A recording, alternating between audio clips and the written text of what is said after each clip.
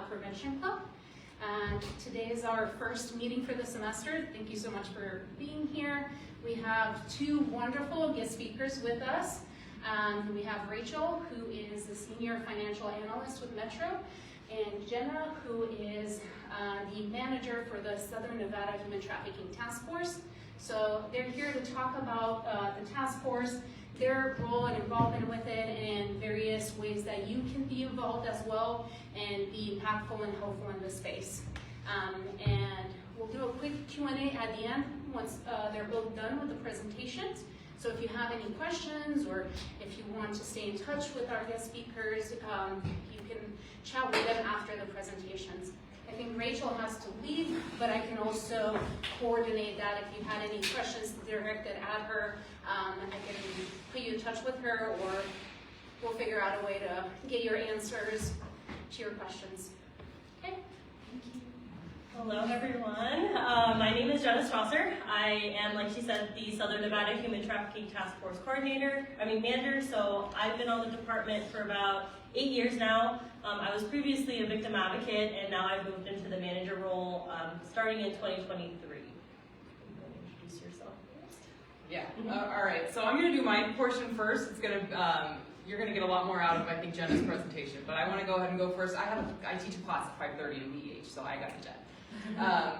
But I just wanted to kind of talk about my role, because what we're doing at Metro is a little different. And my role, I just came back. Well, I worked at Metro before, and then I left, did a few things. I worked for the FBI for a minute, and then came back to this brand new position to work human trafficking. So just to get into a little bit like what I do, I'm a CPA by trade. I do have a master's in criminal justice. That's how I know your professor here. But my background, they created this position to put on the human trafficking squad to try to combat human trafficking in a different way, right? Instead of just the usual things that we have been doing, what else can we do to kind of combat this problem that we're seeing? And one of the ways we can do it is by going after them financially. Because obviously this is profit driven, right? This crime, it involves money, which is why they're doing it. So that's where I come in. So my position was created, so I'm a forensic accountant by trade. Like I said, I'm a CPA. That's what I did with the FBI. I was a forensic accounting. And I was brought back over to Metro, and now I work in Vice, the Vice section, specifically supporting our squad that's dedicated to human trafficking. And I think it's really great. There's not a lot of people, I've done a lot of research about my role across the nation to see if there's other people who are using this kind of role to combat human trafficking, and I can't really find anything. So it's really a unique way of approaching this type of crime. So what the heck do I even do, right? So we go after like more organized crime rings that are supporting this activity and try to build a financial case on them. So I will identify a problem crime ring, or problem people, and I serve subpoenas to their banks. I find out where they bank, right? And then I serve subpoenas, and that's all non-disclosure. They have no idea we're doing this, right? So I work alongside with our detectives who are working their part of the case, and then I'm working my part of the case. So I'm part of the investigative team. I'm doing my own investigation, which is financial, and then they're doing their investigation, which is more like surveillance, looking at the elements of their crimes. I'm looking at the elements of like money laundering. So that's just money laundering. Let me see if I put it on here. The next one. Okay, perfect. And then these are the different things you can find when you go through someone's finances. Think about what I could learn about you if I look through your bank statement, right? I see who your friends are, I see where you work, I see where you live, I see what addictions you have, right? Starbucks? You see like all these different, you can identify all these different like patterns of life and associates. I can see what your sources of funds are, I can see how you use your money, where you send it, and so those are the things that I'm looking for. Primarily where they're obtaining their money, right? Because I need to prove that their money is dirty. That's money laundering, right? When you have dirty money and you make it clean, that's money laundering in a nutshell, right? So I'm trying to look through their sources and uses of funds. I want to see who else is who maybe most of the time we're dealing with people who are at a lower level. Those are the ones we can identify really quickly. let's look at this more globally and see where that money is moving, right? Like there's probably some operative who's a little more hands-off. Think of it like a CEO of the crime network, right? We probably want to be targeting them, not their people who are doing the daily grunt work. Them too, of course, they're involved in it, but ultimately we want to hurt the criminal network. So we're trying to discover that network, which is looking at where the money is actually flowing. Other associates, like I said, you can see if they're involved in other types of criminal activity, a lot of like illegal gambling, narcotics, the type of things that you see with this kind of lifestyle. And then I can also identify any assets for seizure and forfeiture. Cash in a bank account obviously is a big one. If they have any cars they're using to facilitate these crimes, houses, things like that. I can identify those assets and then we can seize them as part of our takedown. Also establishing pattern of life, and then of course elements of the crime. So money laundering is a felony, and that's why it's so great to bring me in, because I can prove out these charges. So I'll write the whole PC statement, and I write out all my own charges for money laundering. That's what I do. So our money laundering is a felony. So sometimes we can't get these guys on felonies. And of course, if somebody is convicted of a felony, they lose the right to carry a firearm. So it's really huge to get somebody charged with a felony. Who are my criminal justice majors? Okay, you guys know the crimes get pled down, right? So they might be charged with a felony, it might get pled down to a gross misdemeanor, which sometimes happens with my money laundering charges. They might get dropped, but sometimes these stick, and they'll plead to a money laundering charge, which is great because it's a felony. So these are the different types of money laundering. Let me make sure I'm going on time. So if they're using the money, I want to kind of explain it, because I know money laundering is kind of like an abstract term. Does anybody think they have a great idea of what it is? Okay. All right, so this is our NRS statute. This is what I can charge. So money laundering, the first one. If I can determine that the proceeds are derived from illicit activity, and then they're using that money that they've just obtained from this illicit activity, and they're using it to promote the activity. So can anyone give me an idea of what they think would be like an expense to promote the illicit activity? Talking about human trafficking. Any ideas? Clubs? Okay, like what specifically? A bottle service. Bottle service? Okay, well, yeah, I have a hard time charging that because, like, we could just go out to a club and pay for, defense-wise, it's going to be hard. Yes? Excess travel expenses like gas or stopping at 3 hotels and spending a week. So it's going to be hard to charge because it's all about proving it, right? But I have charged if I can find that they were buying airline tickets specifically for the victim they were trafficking, and then that victim testifies, gives us testimony that they were sent to this destination on this date and time to do this activity. Yes, I could charge that for sure. Another good one is that we see a lot is like advertising. They're advertising their services on these, websites or newspapers, wherever they're advertising the illicit business. Another good one is for promoting. What else do I do? Promoting. Yeah, I think that's. Plastic surgery. If they pay for plastic surgery for the women, ding, already charged for that. So concealing. So that's one. For our statute, that's one type of money laundering that I can charge. Another type that I can charge is concealing the source or instrument of the money. And so that, a really easy way, what I love is when they set up a fake company, like a shell company, we've all heard that term. They set up a shell company and there is no legit business happening, and that business account is just being used to launder this money. I love it, right? So that's concealing. Because of course you don't go to the bank and you say, I have Stephensen LLC and my business is providing bottle service at the clubs. That's what they're telling the bank, right? They're not going to the bank saying, my LLC that I need a business account for, I'm gonna be trafficking women, and so I need a bank account so I can deposit my earnings. They're not saying that, right? So it's obviously they're trying to conceal their source of the funds. Evading report, let me jump to spending here. So our spending statute is if they use the illicit proceeds and spend it, for any transaction over $5,000. Doesn't matter what it is.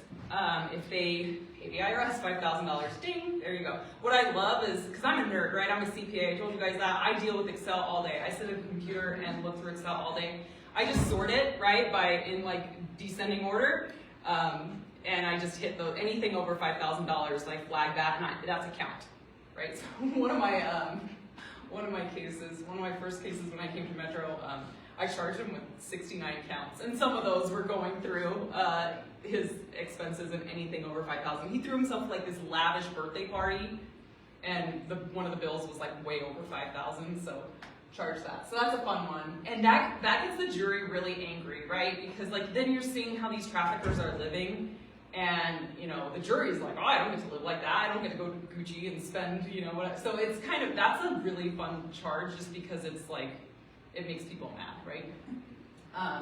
Evading reporting. You guys probably aren't familiar with this, but banking has anti-money laundering rules, right? And there's this thing called the Bank Secrecy Act. So any financial institution has to abide by this Bank Secrecy Act to prevent money laundering.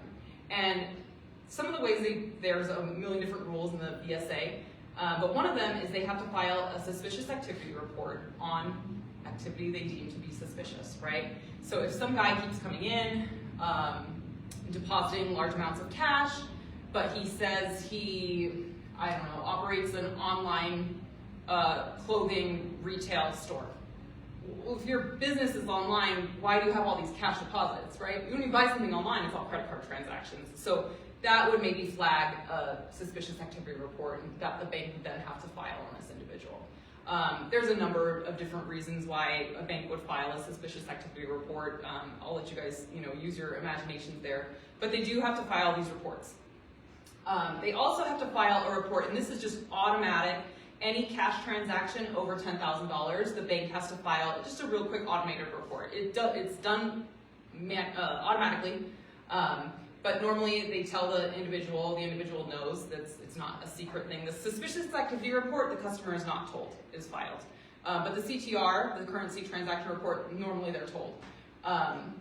And so it's either cash in or cash out, it doesn't matter, anything over $10,000. So if you go deposit, $10,000 or $10,005 or $20,000, whatever, a CTR will be filed. It doesn't mean it's anything bad. It's not bad. But what happens is our bad guys know about this, and they don't want to be on anybody's radar. They don't want any report. They don't want to be in any kind of database, and so they'll deposit $9,900, right? So they're trying to evade reporting. So that's something we can charge as well. And just pro tip, if you deposit $9,900, okay, now where it was just like a really benign CTR report that got filed, now you're elevated to a SAR that the bank is going to file on you because that's suspicious, right? So it elevates. So, you're trying to evade this, and it looks really bad for you. What's fun about this evading reporting? It's called structuring. When you structure a deposit or a withdrawal to evade that reporting, because you're structuring it, right? You're just doing like 9,900 here, and then maybe the next day you're coming back and doing like 4,000 or whatever. You're structuring it. What's fun about our NRS is we don't have to prove that those proceeds are illicit. Whereas for these ones, I have to prove that the money is illicit. For structuring, I don't, which is really great. That's built into the NRS. All right. Other capabilities, I'm involved in like interviews of suspects, victims, and witnesses. Because obviously when I work a case with a detective, I have a lot more knowledge about the money stuff, and it that's not their wheelhouse. So I'll be involved in those kind of interviews if it's really financially heavy. They'll bring me in to do those. I'm also involved in searches, because when we're out at a search, anytime there's like some kind of documentation and there's a $ sign on it, the detectives want to take it, and it's like, no, we don't need that. Like, I don't need title records from 2015. Please don't take those. So I'll go out to searches too and kind of help them, guide them what to look for. And what to take and what not to take. I do testify in court as an expert witness, and then this is just something I put together for the detectives anytime they need help with like Excel or writing, like I told them to come to me. Sorry, the coloring got kind of weird here, but this is a visual aid I did for one of the cases that I worked, and it shows, can you guys read it? It's kind of funky coloring. It says payments received, and I put the total over here, and then hour is along your x-axis. And so this is midnight, 1 a.m., 2 a.m., all the way up until 11 p.m. Can you guys tell me what I'm trying to illustrate here? With the volume of money and when it's being received, what I'm trying to illustrate? They're doing it at night, so they're doing a bunch of illicit activities. Right. It's probably not like a clothing store, right? Like those aren't normal business operating hours, right? It's more in line with illicit type of activity. And this isn't something that I can, it's circumstantial, right? It doesn't mean anything, but hey, I'm presenting this to the jury or whoever I'm presenting it to, just like, does this make sense to you if these people are running like a brick and mortar business? No, probably not. This is just something else, one of my cases that I worked on. I was just trying to show the cash that this individual was bringing in. So this is year over year, so we're starting in 2020, here's 74,000, this is just cash. Up to 194 in 2021, 2022, so business is booming, he's doing a heck of a lot of business. And then I was just trying to show the breakdown of like when he was depositing. So there were 20 days where cash deposited was over $10,000. So those are those structuring transactions where in total for the day it was over $10,000, but he was breaking it up. So I charged him with 20 counts of structuring at that point. This is something else that I do. I just try to show visually what's occurring in this situation, right? So this is one of my traffickers. So he's here in the center. He had some female victims that were working for him, and they were receiving peer-to-peer payments. That's huge. That's what I look at a lot. That's like Cash App, Venmo, PayPal, Zelle, Apple Cash, all that stuff. They're receiving that in cash deposits, and then sometimes the women would get it directly and then send it to him. Sometimes it would go directly to him. Sometimes he would get a portion, and then that same person would pay the female victim. Maybe like a tip or something. But then I wanted to show kind of where his money was going, because again, that's the kind of stuff that outrages the jury. And one of them is something that I charged, which was the promoting the illicit activity, which was the cosmetic surgery. I think that's it for me. I have a couple minutes if you guys have any questions for me right now before I leave. So I actually teach fraud examination. It's an accounting elective in the business school. So that's what I'm running off to go teach. And I love it. If you guys want to switch to be an accounting major, yes. Just one question on the NRS. Do you need like a combination of those, or just one is enough to like put that on the? Yeah, one's enough. I normally do a combination. It depends on like the case and the evidence I have to support. You don't have to have all of them though. Okay. But yeah, I pick whichever one kind of fits my case. And if I can do all of them, or if I can do multiple counts, I will do as much as I can. Yeah. Yes, sir. Is there any other way that these criminals do these transactions apart from this formal banking system? Is there any underground systems that you can Well, I mean, besides like cash, or cash plus the latest transaction? Crypto? Crypto, yeah, crypto.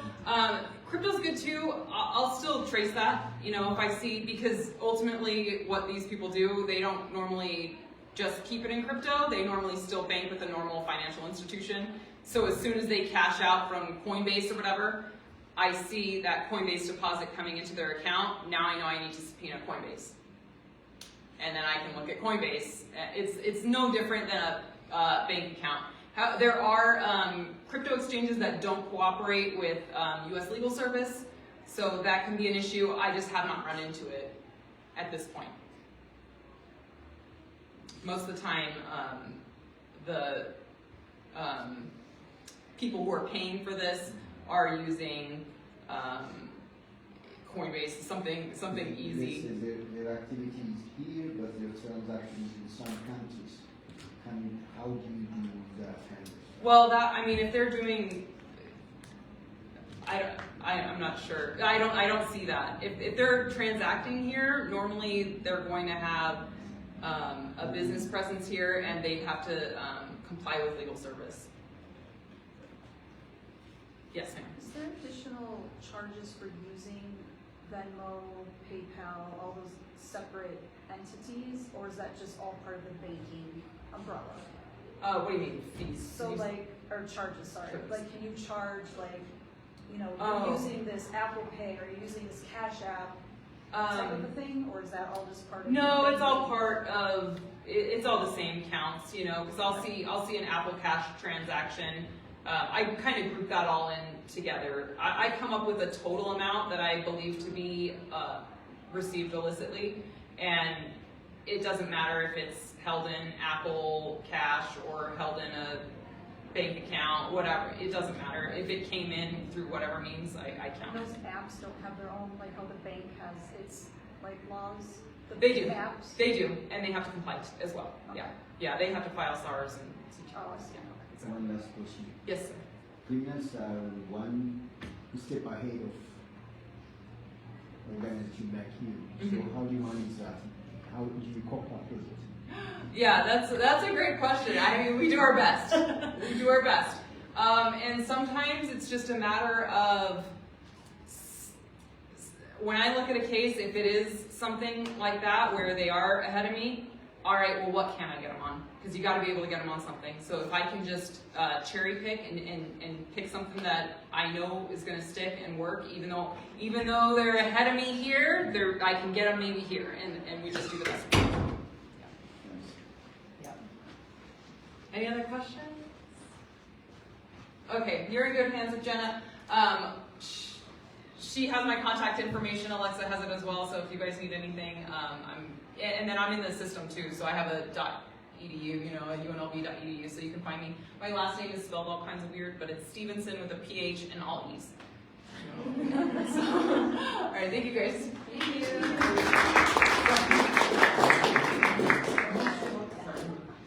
So, just to kind of explain, so I work out of Vice just like Rachel does.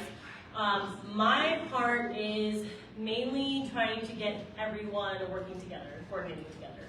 So I manage the grant that pays for their overtime. So if they go out on calls, all that, I manage all the money on that side to ensure that they're getting paid for their work. And then I also manage the task force. So the task force itself is made up of both governmental and non-governmental agencies. A lot of this is voluntary, and we all do this because we don't want any silos. I mean, you've heard Rachel talk about her case.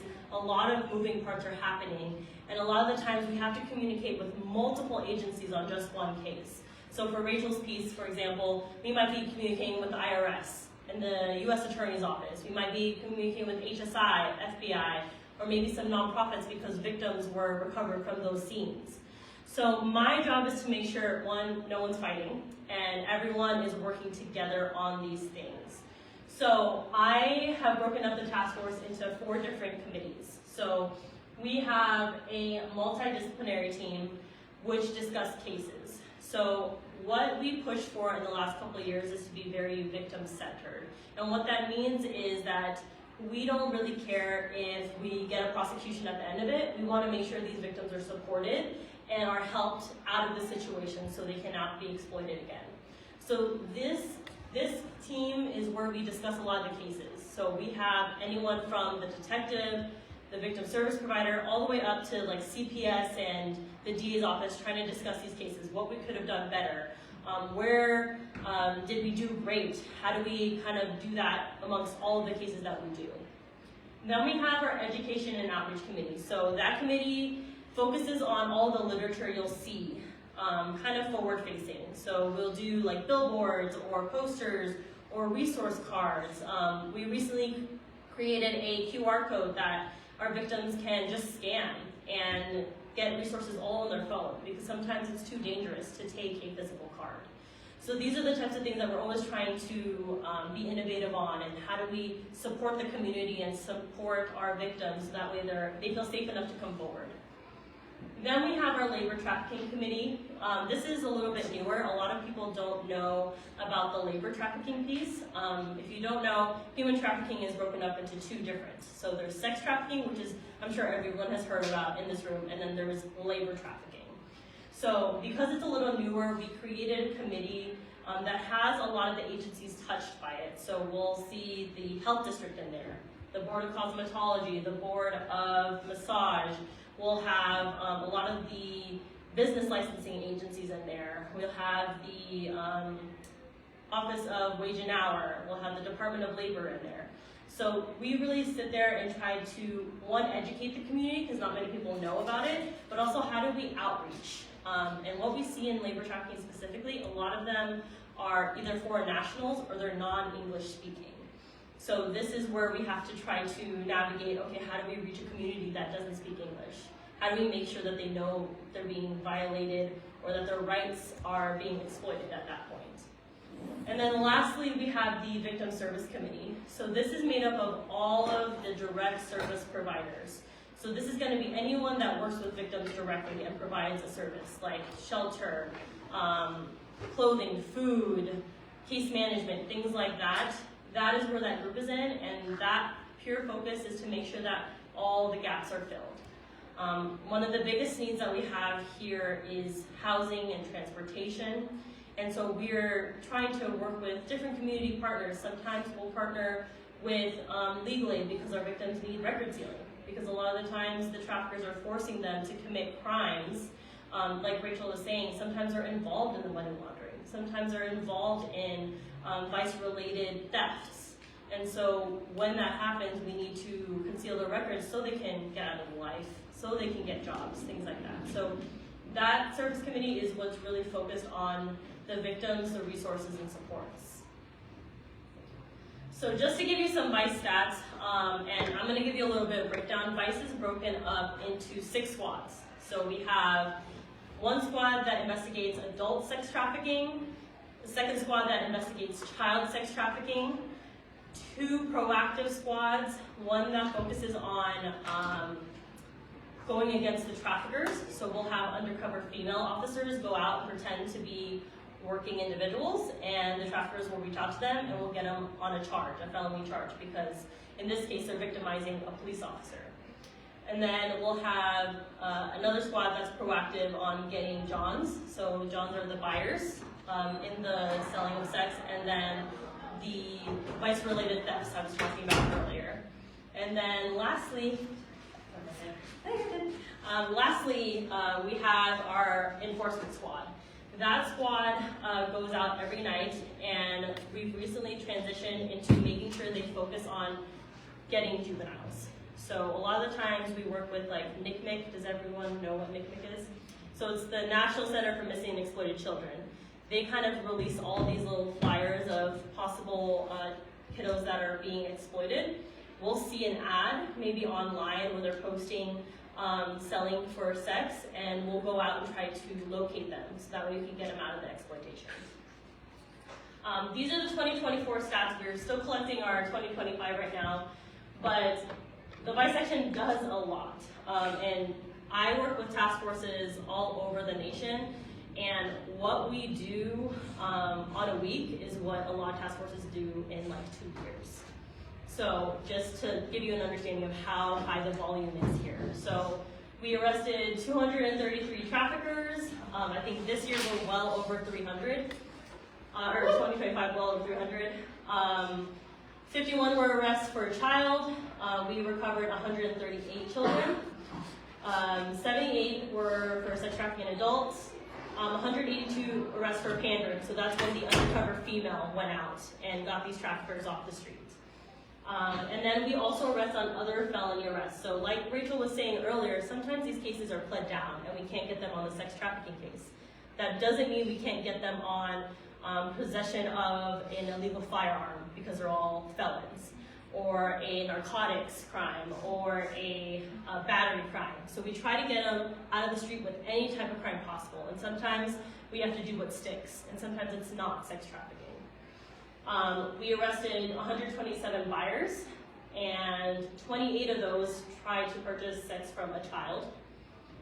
We had 6 vice-related death investigations, and then as part of the investigations, they served 361 search warrants. So similar to what Rachel was talking about, when we do an operation and we're reaching multiple business networks or multiple houses, we have to do search warrants on those. And so they work really hard on trying to serve them legally so that way, one, we can recover victims, evidence, and also arrest the traffickers.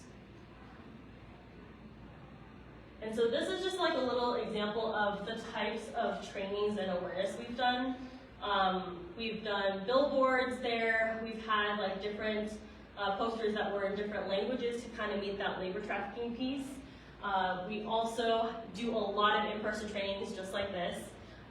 So those were all the in-person trainings that we've done. We do a lot of webinars as well. It's a little bit harder to kind of capture quantitatively how many we did because, I mean, the one we did, I think a couple weeks ago had 500 people.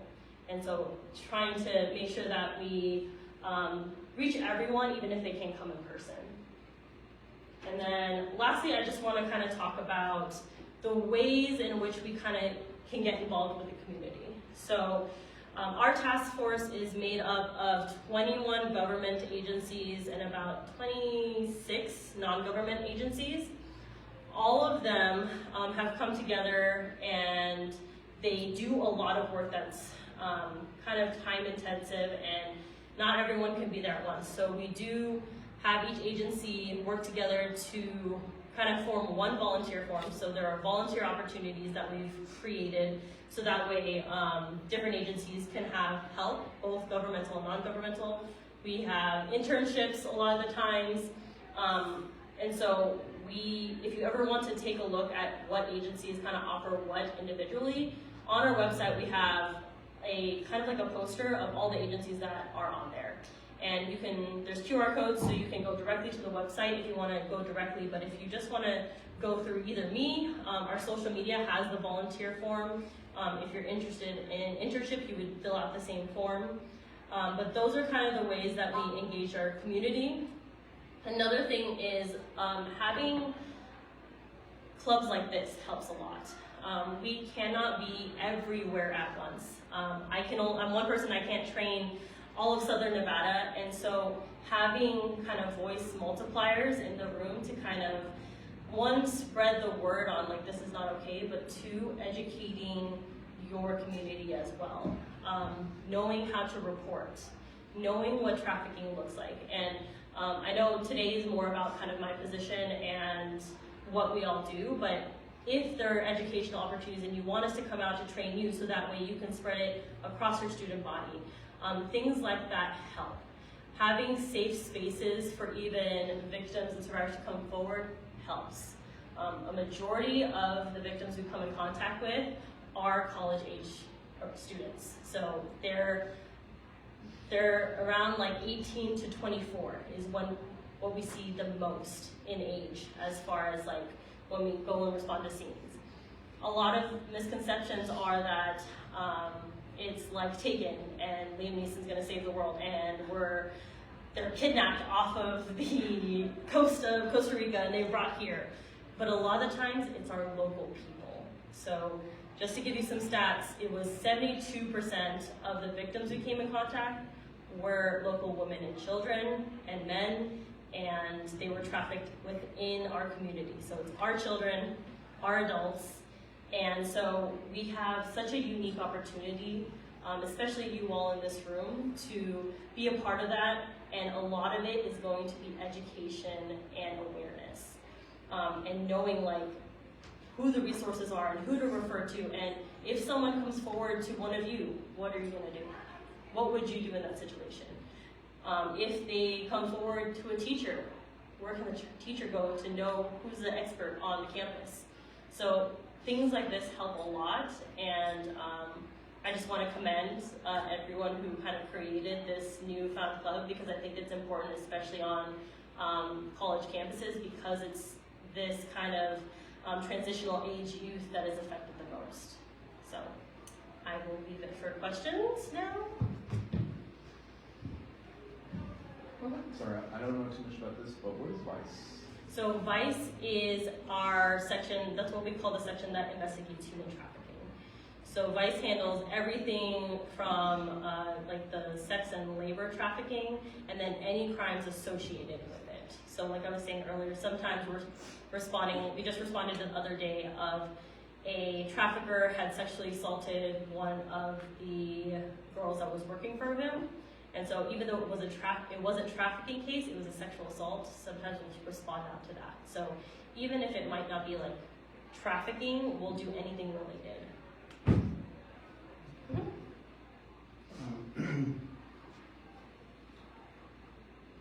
Vegas is a big spot for this kind of activity. It's kind of a culture. The word culture can be wrong, but the atmosphere could be meaning for that. Cultivate to do this kind of illegal or criminal activity. It's every day from south to north, Las Vegas Boulevard, left and right. The casinos, it's flooded by, I see it, it's flooded by this kind of, I sense it, but I'm not a professional, but from some kind of informal talking, I see, young girls, the way they're dressing, the way they're acting. Maybe they are trafficked, or they may want to do it. I don't know, but how do you, because I don't know whether the casino needs. Sometimes I'm asking myself, like, do the casinos themselves need it deliberately so their business, can be good because they are attracting the opposite sex, so the gambling is going on, the drink is going on, so do they need it? Because if they don't need it, they can say, wait, don't come to our casinos in this manner. But every activity you can see it's up to me, so you are here to save some life, your organization, but the big picture there doesn't care. So how do you manage that? Yeah. No, it's a good question. So it's exactly what you said. There's a million different variables because of the way Las Vegas is set up. I mean, even just kind of the verbiage of Las Vegas, what happens in Vegas only happens in Vegas. Sex sells, things like that. You see escort ads, on the, like those little trucks that are driving by. So it is a culture thing. One thing that also affects it is we're the only state that has legalized prostitution in smaller counties. So it's not legal here in Clark County, but because the state is known as one of the states, people come here under the assumption that it is legal. And we actually work really closely with the casinos. We train all their security. We train like all of the hospitality, front desk, housekeepers, things like that. So they have really done a good job of trying to educate so they can identify. But they tell me all the time that some people just go up to them and like, hey, where can I buy a girl tonight? And they're like, you can't do that here. But people who are coming from out of town, they have this idea that yes, I can do it here, and yes, this is legal here. And so that misinformation enforces all of that. And I think the other piece is trafficking is a supply and demand model, right? So without the demand of people buying sex, there would be no need for supply for individuals who are being exploited. And because that is, like you said, makes a lot of money, it is very difficult when we have events every weekend. We have events where there's hundreds of thousands of people coming in here, and traffickers see that and they're like, okay, that's my money pool. That's where I can go. And it's an opportunity for them to say, hey, like, this is where I can make my most bang for my buck because there's events every weekend. So it is a number of things, and like Rachel said earlier, we're just trying to do our best. We try to partner with everyone who's kind of affected, and they've been welcoming it with open arms, but it is a culture that's gonna have to shift, and unfortunately, I think it's just gonna take time. Because I mean, if you didn't know, human trafficking became a charge in 2013. So we couldn't charge human trafficking or sex trafficking until 2013, which is not that long ago. And so from that point to this point, we've grown so much. There's a lot more awareness, and there's groups popping up and people trying to do the work. So I'm excited to see what happens in 10 years from now when we start saying this is not okay. And so I think it's just a time thing, but you're 100% right. And also, it's to protect that activity is a dangerous situation, right? Because there's the one who's running behind is armed, right? Yes, a So- lot of the times, a lot of our Yeah. traffickers, I think it was like 94% of our traffickers had previous criminal histories, and a lot of them are violent criminal histories. So it is a very dangerous crime as well, and a lot of people don't want to get involved in that. So. Can you move back to stay the screen? Is it? The other one. Yes. Thank you. Any other questions? Is there any like legislation that's in the works or aware to try to help with what you guys are doing, like as far as like having those other small counties not have prostitution legal, maybe taking those, not allowing those cards? Oh, trying to. 100%. We say this all the time. We're like, we You know what I preach, mean? preach, and then Yeah. we're doing that. Yes. I mean, you know what I mean, like stuff to at least, what you guys, like, little things that might at least not make it so glaring, like, get by sexter. Yes. I am a very candid person, so I'm just going to speak candidly. I don't think right now we're in a position to get rid of it totally, because the other piece of it is there's a lot of individuals that are sex workers who are doing this voluntarily.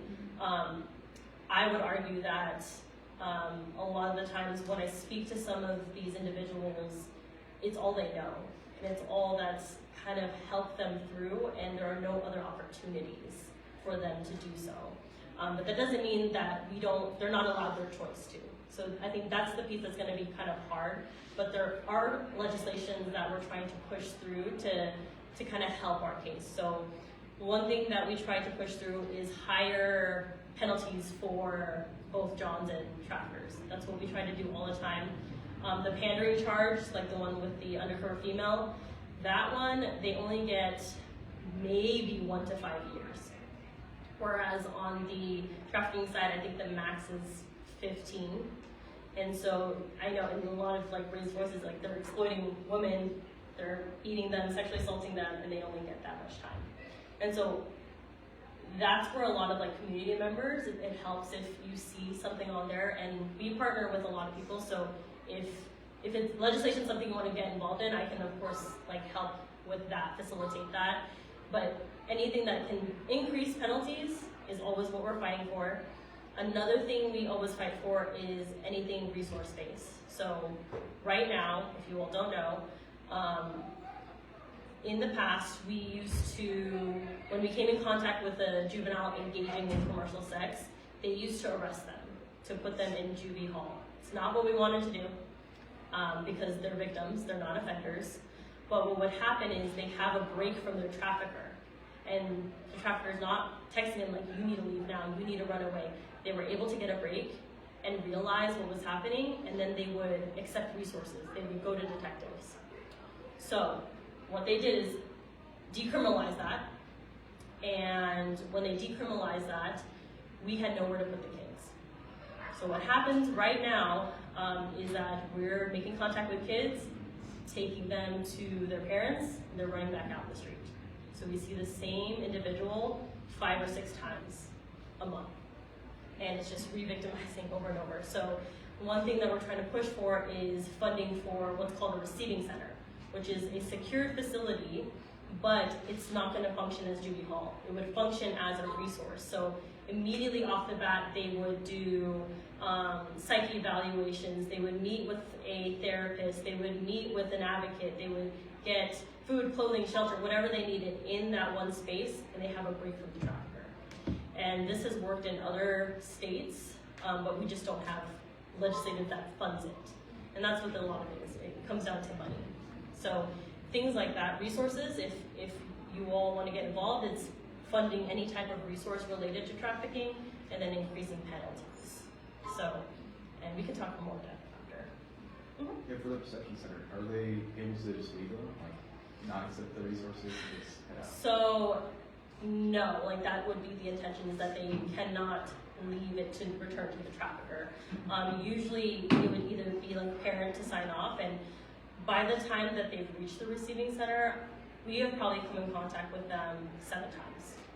And by that point, we need to get them stabilized in order to get them the resources and to just sit down and take a breath. And so the kind of impetus behind it is to secure them, not because we want to lock them up, but we want to protect them from the trafficker.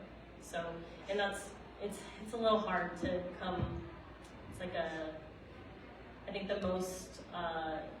toughest conversation between people is like, why, is it a lockup or is it secure? But I don't see it as a lockup. I see that we're protecting them from the outside.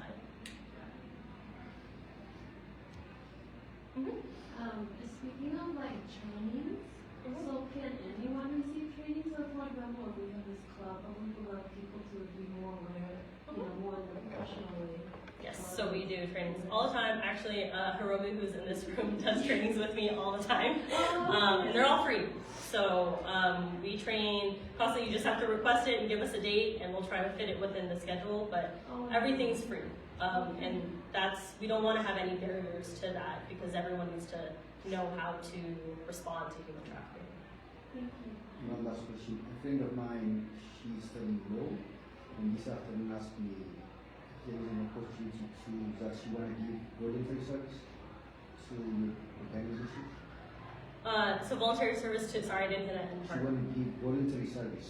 Oh, to the Yeah. like survivors and the victims? Oh, yeah, so on that volunteer form that I was talking about, it does list out like what you are interested in, and it says like if you want to give any services free of charge. And we've had like lawyers in there, we've had construction workers in there saying like, hey, we can help maybe remake the shelters that are in there, or hey, maybe we can help build like a basketball court so that way those individuals can go have fun while they're in the program. So if she's interested, She's a student here.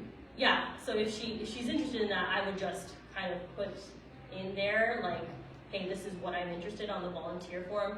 This is kind of where I'm at in my life, career, whatever it is, and we'll try to find a like spot that fits. So she has to visit the website? Yes, so you can just search Southern Nevada Human Trafficking Task Force. We're on Instagram, Facebook, or like the LVMPD has a specific web page for us. Just search that and it'll have the volunteer forms on there.